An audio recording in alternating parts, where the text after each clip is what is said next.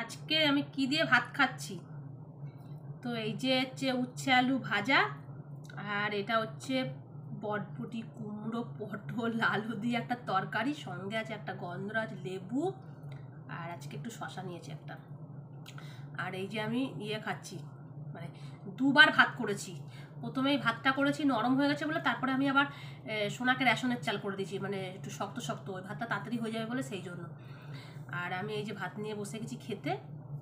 আর এই যে মাংস, সোনা পড়াতে আসবে বলে 2 পিস মাংস দিয়ে তাড়াহুড়ো করে খেয়েছে, আর খেলো না, ঠিক আছে, স্যার পড়াতে আসবে, দিয়ে আমার দেরি হচ্ছিল বলে স্যারের আমি ফোন করলাম এখন একটু আগে যে দাদা আপনি কি আসছেন, দিয়ে বলছে না আমি তো এবেলায় যাবো না, রাতে যাবো। তো উনি একটু বলে দিলে একটু সুবিধা হতো, তো উনি বলেনি, আমি নিজেই ফোন করলাম, 2:30 বেজে গেছে।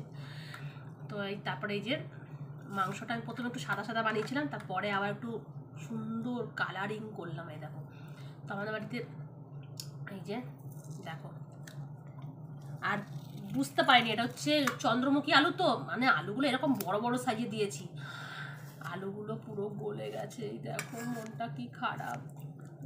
ওনাকে এই মাংসটা দেবো না, ঠিক আছে, ও ঠিকঠাক করে পড়াশোনা করে না বলে আমি ঠিকঠাক করে, সেই জন্য ওর পানিশমেন্ট এটা, ওকে বেশি দেবো না খেতে। ও বেশি খাসি খাসি করছিল আজকে, না কদিন ধরে খাসি খাবো করছিলিস,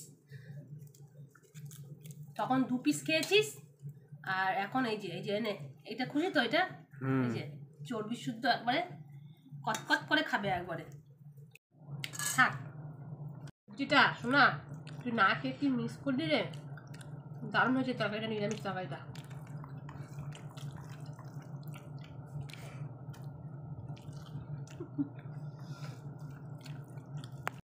এবার এটাকে ভালো করে ভাতটাকে এরকম একটু চটকে বেশি আলুটা নেবো না, বুঝেছিস শোনা, খাসির মাংস আলুটাই বেশি টেস্টি খেতে।